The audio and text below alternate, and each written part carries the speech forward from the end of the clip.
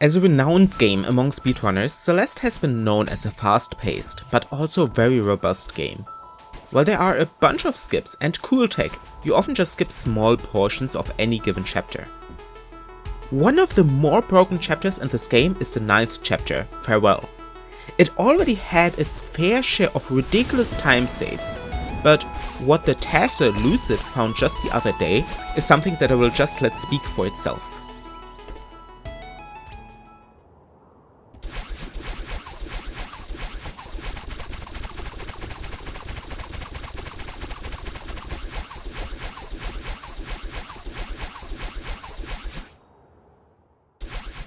With improvements made by others from the testing community, this chapter is now completed in under 2 minutes for the test. Compare that to what the current world record by regular human speedrunners is. This is by far the biggest skip in this game's history, and it's not even close. So what exactly happened here? How is Madeline at the end of the chapter so quickly? And what exactly was she doing, and how did that work? Well, let's dive into that. First, before explaining this thread at all, let's talk briefly about the 3 ways that you can finish this chapter. One is grabbing the Madeline orb in the final room, triggering the final cutscene. The other is grabbing the orb in the Moonberry room that also launches you into the final cutscene. And for the final one, the one relevant to the skip, is the end of the Golden Berry room.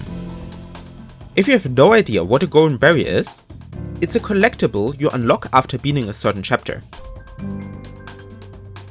To collect them, you need to beat the entirety of a chapter deathless.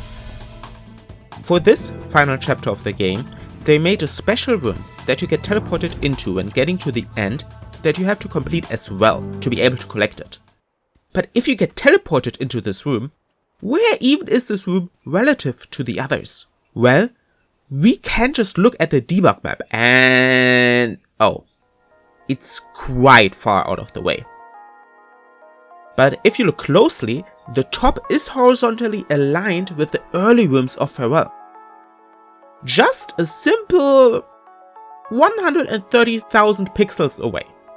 So the way to get to that room would require moving 130,000 pixels in a single frame to cross the void in between.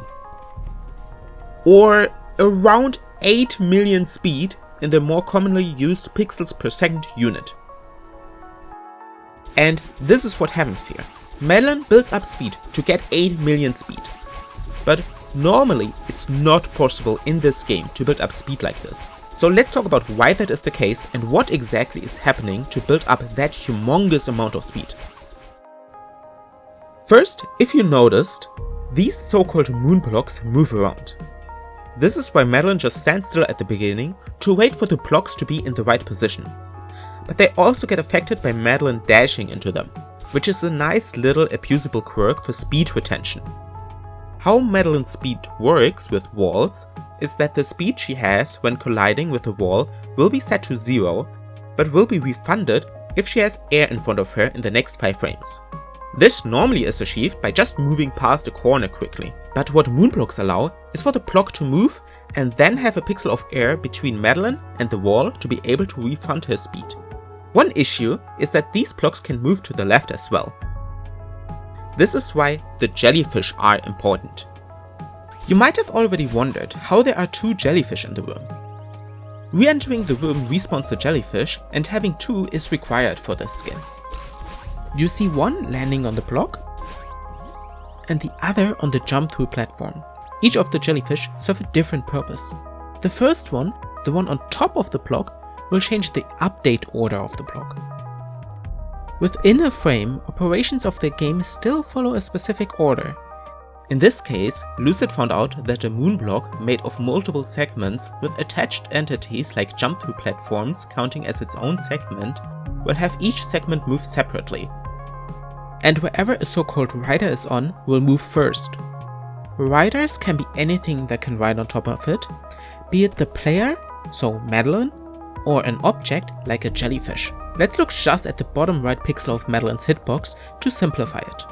So normally, if Madeline would stand on a jump through that is attached to a moon block, the platform would move first. dragging Madeline alongside it because the platform has a rider on it and has the moon block properties. Then after that, the block is following, so that at the end of the frame there is no pixel gap between Madeline and the block, killing her speed as there's no gap between her and the wall to use retained speed after a few frames. Now if you put a jelly on top of the block, it would also count as a rider. Because there are two entities, the platform and the block with a rider, they would then have the same priority.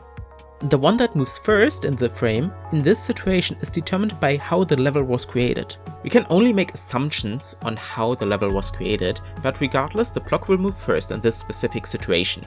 This means the block moves left by a pixel first, moving Madeline alongside it, then the platform would move with Madeline on top of it, creating a 1 pixel gap at the end of the frame, allowing for getting your retained speed back as there is a pixel of air in front of Madeline now.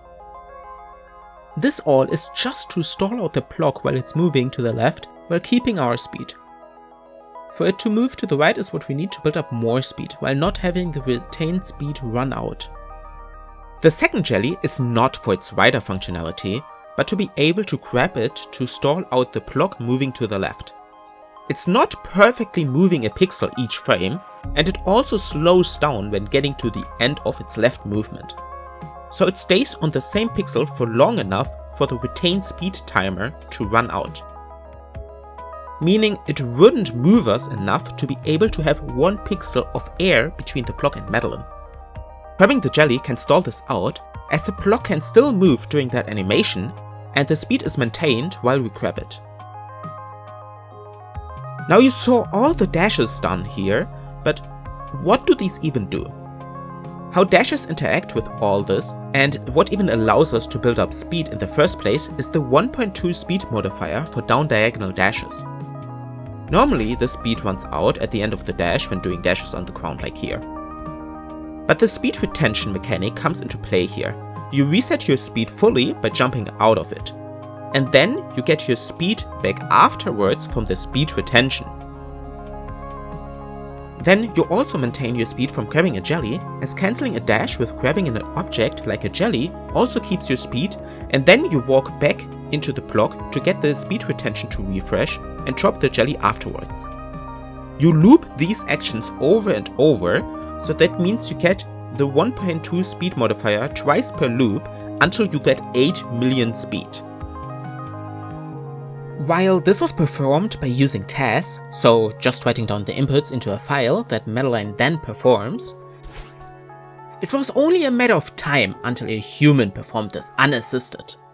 With pause buffering to make the frame perfect inputs easier, and a slightly simpler setup to build up speed that uses the same principles talked about earlier. Woo! With a skip like this, we will see what the future is holding in store for us. Speedrunners will always find a way to break a game if they find the opportunity after all.